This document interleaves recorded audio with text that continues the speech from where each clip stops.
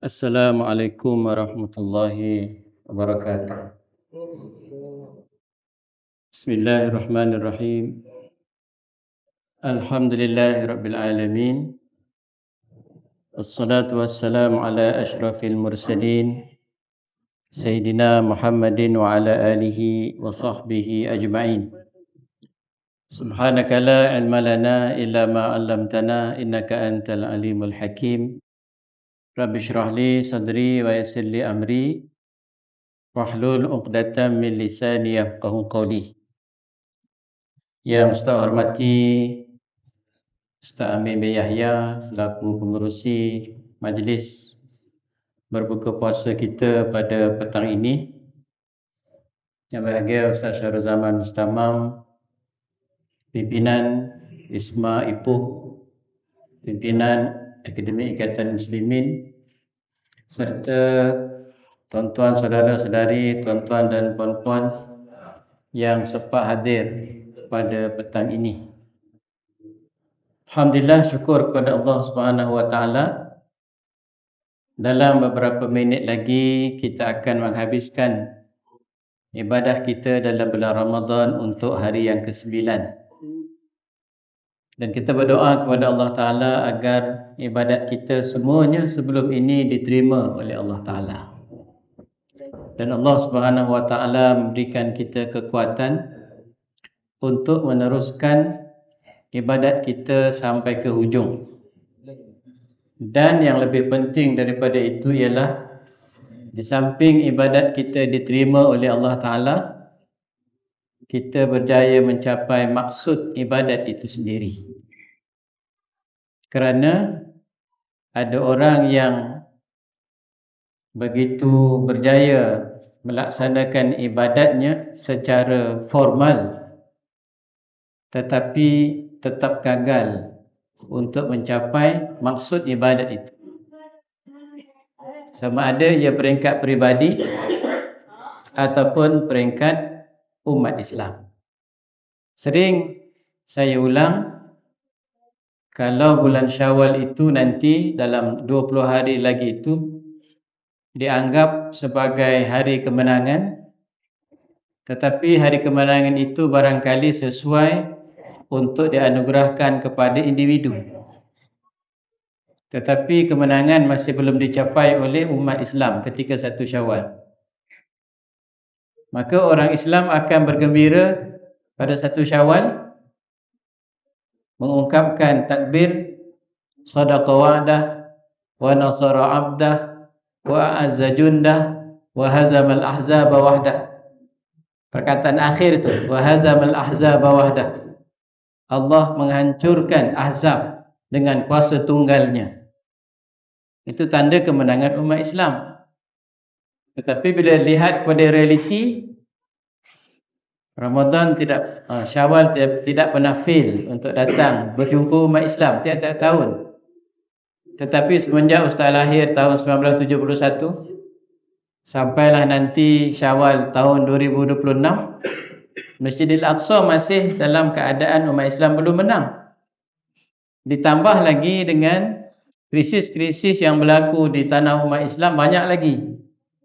Jadi menimbulkan satu persoalan, sebenarnya 1 Syawal itu siapa yang menang? Yang menang barangkali individu, tetapi sebagai umat belum menang lagi.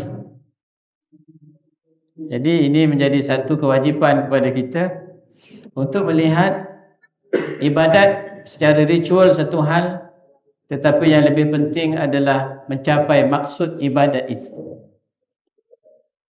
Walaupun contoh yang lain lah yang kita hadapi hari ini. Bila Ramadan itu dikaitkan dengan Al-Quran, Syahrul Ramadan alladhi unzila fihi Al-Quran.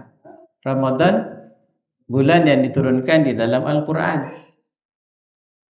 Dan kita pun pakat baca Quran, tadarus Quran. Kemudian kita dengar Al-Quran tiap-tiap malam ketika tarawih. Tapi ada orang yang tidak kisah bila Al-Quran itu dipijak dan diuploadkan dalam Facebook dia. Bahkan cukup apologetik mengatakan, oh kita kena memujuk Itu menunjukkan apa? Menunjukkan bahawa kadang-kadang ibadat kita itu ibadat yang lebih menekankan formaliti, tidak kepada maksud itu. Tak apalah Ustaz ulang banyak kali pun, seperti mana yang disebut oleh Ibn Atta'ilah Sakandari dalam hikmahnya, wa rubbama fataha laka abwab ta'ah wa ma fataha laka abwab al-qabul wa rubbama qada 'alaika bidzambi wa kana dzalika sababan lil wusul. Bermaksud, barangkali dalam bulan Ramadan ini Allah Subhanahu wa taala sudah buka kepada kita segala pintu, segala macam pintu ketaatan. Tetapi barangkali Allah belum buka lagi pintu penerimaan. Sebab apa? Sebab kita melakukan ibadah tanpa kita menyertai dengan hati kita yang sedar. Sebab itu mengambil kesempatan yang sangat ringkas ini, saya ingin kongsi beberapa perkara lah, supaya kita memaknakan ibadah kita tu dengan betul-betul makna, bukan hanya kita fokus kepada formaliti. Di rumah dakwah Ustaz dah sebut, yang membezakan ibadat puasa kita dengan anak-anak kita umur 7 tahun, apa sebenarnya yang membezakan? Dari sudut formaliti, format puasa serupa je. Anak kita mula belajar umur 7 tahun, belajar puasa, bermula subuh sampai maghrib. Kita pun begitu juga. Kita pun puasa daripada subuh sampai ke maghrib. Kita tak makan, tak minum, tak bersama isteri. Anak-anak kita pun gitu juga. So, apa beza? Nanti 1 Syawal mereka seronok. Kerana apa? Kerana dapat baju baru. Dan yang membezakan kita dengan mereka di hujung Syawal nanti sebenarnya. Dalam kitab klasik Arab, dalam kitab klasik orang-orang dulu, kitab kuning, ada satu pepatah, laisal 'id man labisal jadid wa innamal 'id man taqwahu yazid. Bukanlah hari raya itu untuk orang yang hanya berpakaian baru. Ini buat anak-anak. Hari raya pakaian baru adalah reward kepada anak-anak kita yang berpuasa, formatnya macam kita. Dan kita ni kalau format kita nanti berpuasa seperti anak-anak, di hujung Syawal nanti, hujung Ramadan, kita pun nak berpakaian baru macam anak-anak, maka level kita dengan ibadat anak-anak serupa. Tetapi ulama kata, beza kita dengan puasa anak-anak, anak-anak gembira dengan pakaian yang baru, tetapi kita gembira dengan taqwahu yazid, takwanya dalam version yang baru.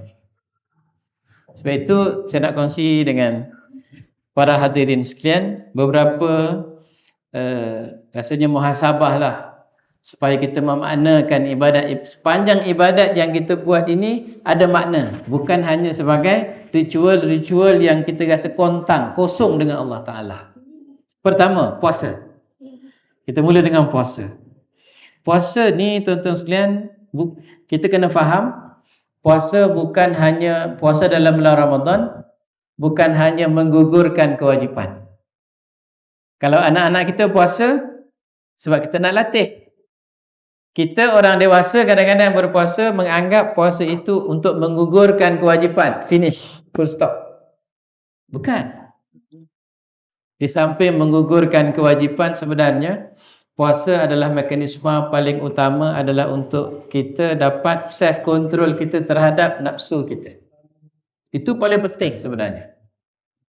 Sebab itu Imam Al-Ghazali dalam kitabnya Ihya Ulumuddin, dia memperkenalkan hakikat dengan syariat.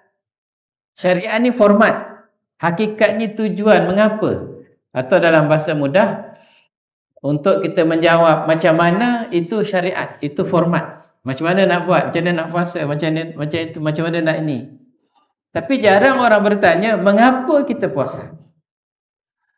Ini pengalaman kerja di Jabatan Mufti 29 tahun, bulan Ramadan, soalan-soalan akan berulang, lebih kepada bertanya format puasa. Macam mana nak buat? Macam mana nak tarawih? Macam mana nak zakat fitrah? Jarang sekali orang bertanya, mengapa berpuasa? Mengapa zakat fitrah?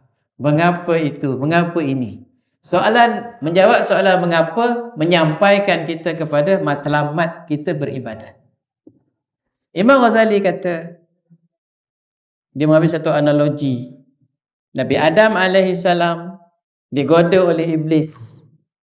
Maka sedikit kesalahan itu kita transfer kepada godaan iblis. Pertanyaannya, iblis menggoda Nabi Adam alaihissalam, siapa punya angkara? Yang menggoda iblis itu siapa dia? Yang menggoda iblis adalah aba wastakbara. Perasaan enggan dan takabur. Takabur dan enggan itu mari daripada mana? Daripada dalam. Daripada dalam. Isunya nafsu. Sebab itu Imam Ghazali dalam kitab Ihya, nafsu dalam diri kita ini ibarat binatang. Binatang ternakan ke binatang tunggangan. Nak lemahkan nafsu, antaranya adalah nak melemahkan binatang yang menjadi tunggangan kita. Nak lemahkan dia supaya tak agresif. Buat apa? Kurangkan makannya, kurangkan minumnya. Dia akan lemah energi dia.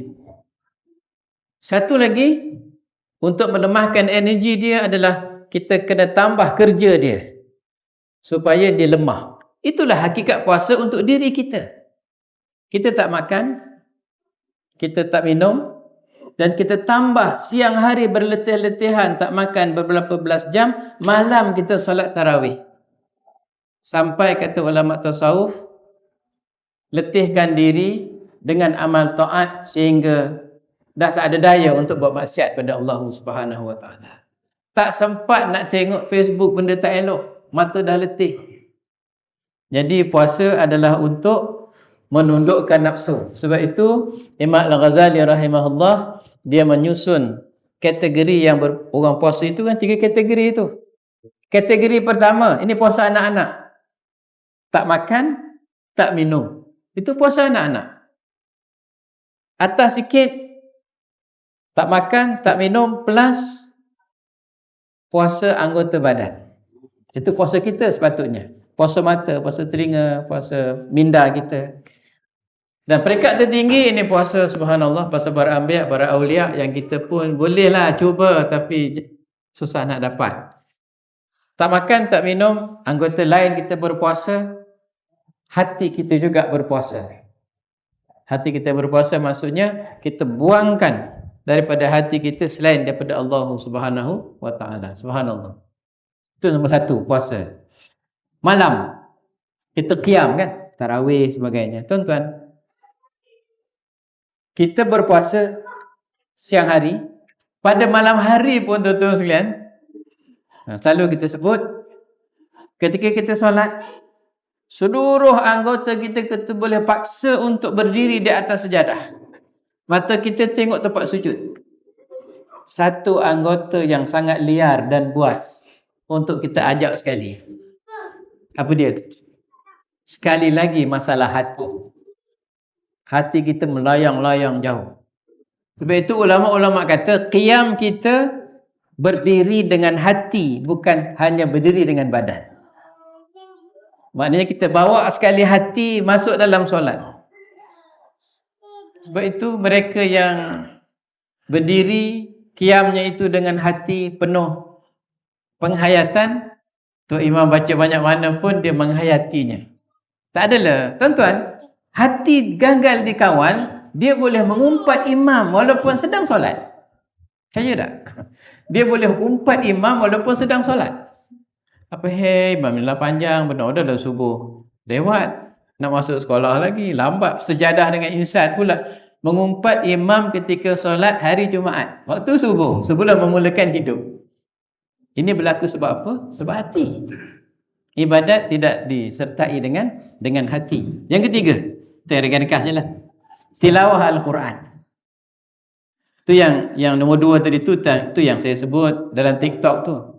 Orang perempuan semayang di masjid selalu tinggalkan tempat ruang kosong. Lopak sana, lopak sini, lompat sini. Apa Nabi sebut dalam hadis?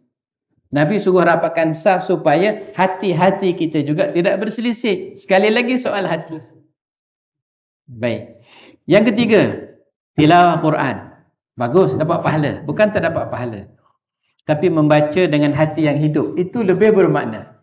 Tadabbur. Membaca dengan mulut itu dapat pahala. Tetapi membaca disertai dengan hati yang hidup, itu adalah lebih bermakna. Sedekah. Itu sedekah, infak. Sedekah adalah untuk mengosongkan tangan untuk mengisi hati. Fitrah di Perak RM10, berapa? RM16 dengan RM25. Lebih murah daripada sekotak rokok 20 batang. Mengapa? Untuk zakat fitrah, kita kosongkan tangan kita untuk fulfill hati kita dengan sifat dermawan. Kalau hati kita sudah penuh mengisi hati, wakaf tak wajib, tapi orang boleh wakaf sampai 1 juta, 2 juta. Jauh berlipat kali ganda dengan sedekah fitrah. Sebab dikosongkan tangan, dipenuhkan hati.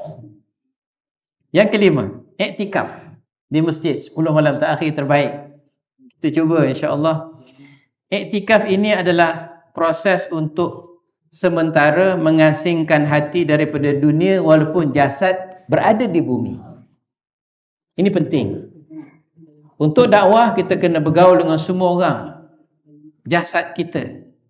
Tetapi untuk prinsip kita kena berkhalwat dalam hati kita. Badan bergaul tapi hati kita berbeza, ada niche, ada keunikan. Yang keenam, yang akhirlah, Lailatul Qadar, insya-Allah. Semoga Allah memberikan pengurniaan kepada kita. Allahumma rzuqna Lailatul Qadri hadhihi sanah lillah sanah. Amin ya rabbal alamin. Mudah Allah berikan kita Lailatul Qadar. Lailatul Qadar adalah, atau kita disebut oleh ulama tasawuf, adalah untuk pertemuan cinta kita. Apa yang kita cari, kita akan jumpai insya-Allah pada Lailatul Qadar itu, yang lebih baik daripada 1000 bulan. Yakinlah, bila ibadat kita dalam bulan Ramadan disertai dengan hati kita hidup, maka kita akan tidak meninggalkan jihad di Palestin. Kalau ada hati yang hidup, dia tengok gambar anak-anak tu, teringat anak kita. Paling kurang begitu. Kita sembahyang tarawih, teringat di sana sembahyang tarawih di bawah runtuhan bangunan. Sebab hatinya hidup. Hati kita dengan hati saudara-saudara kita di Gaza disambung oleh Allah Subhanahu wa taala. Sebab hati manusia ini di dalam tangan Allah Subhanahu wa taala. Dan kita merasa gerun bila tidak ada perasaan hub, perasaan cinta kepada saudara kita di Gaza, sebab hati kita mati. Sebab amaran dari Rasul sallallahu alaihi wasallam, la yu'minu ahadukum hatta yuhibba li akhihi ma yuhibbu li nafsihi. Allah sebut, Nabi sallallahu alaihi wasallam sebut perkataan hub dalam hadis itu. Hub, cinta kasih sayang, dia tidak lahir daripada tangan, dia tidak lahir daripada kaki, dia bermula daripada hati, hati yang hidup. Sebab itu Ustaz sebut tadi, 1 Syawal barangkali memberi kemenangan kepada individu, tapi belum lagi memberi kemenangan kepada umat. Sebab hati-hati umat tidak berkasih sayang sebagai satu umat, tetapi lebih berkasih sayang terhadap diri dia sendiri dan komuniti dia sahaja. Wallahu alam, takat itu dulu. Sedikit sentuhanlah barangkali untuk kita melihat 20 hari lagi untuk menghadirkan hati kita dan menjawab mengapa saya buat begini pada setiap bahagian ibadat yang kita buat. Insya-Allah formaliti ibadat kita yang cantik, tertib, telus itu diiringi dengan penuh kesedaran, dan dengan kesedaran itu akan menjadi daya tolak kepada kita untuk kita melihat isu umat itu bermula daripada diri kita sendiri. Seorang ulama kata, jangan kita rasa kerdil. Siapa-siapa rasa kerdil untuk membuat perubahan, sebenarnya dia tak kenal seekor nyamuk di malam hari. Dengan seekor nyamuk yang datang kepada kita di malam hari, orang boleh buat berbilion-bilion ringgit dengan kelang-kelang ubat nyamuk, reset dan sebagainya. Dengan nyamuk yang sifatnya, fizikalnya sangat kecil. Jadi siapa-siapa yang rasa kerdil untuk membuat perubahan dunia ini, sebenarnya dia tak kenal seekor nyamuk yang mengganggu tidurnya pada malam hari. Mudah-mudahan Allah ampuni segala kesilapan, kecuaian kita, lewanya kita sebelum ini, dan Allah Subhanahu Wa Taala memberikan kita kekuatan pada masa yang akan datang, dan mudah-mudahan Ramadan kali ini memberikan kemenangan kepada kita sebagai individu dan kemenangan kepada umat, insya-Allah Subhanahu Wa Taala. Terima kasih kepada yang hadir semuanya, dan penghargaan kepada rakan-rakan di rumah dakwah pun ramai juga yang hadir datang ke sini, alhamdulillah. Di samping ikhwah dan akhwat, maka kita gunakan kesempatan untuk kita berkenalan di antara satu sama lain. Wa hadza sallallahu ala habibina sayyidina Muhammadin wa ala alihi wa sahbihi ajmain. Walhamdulillahirabbil alamin. Assalamualaikum warahmatullahi wabarakatuh.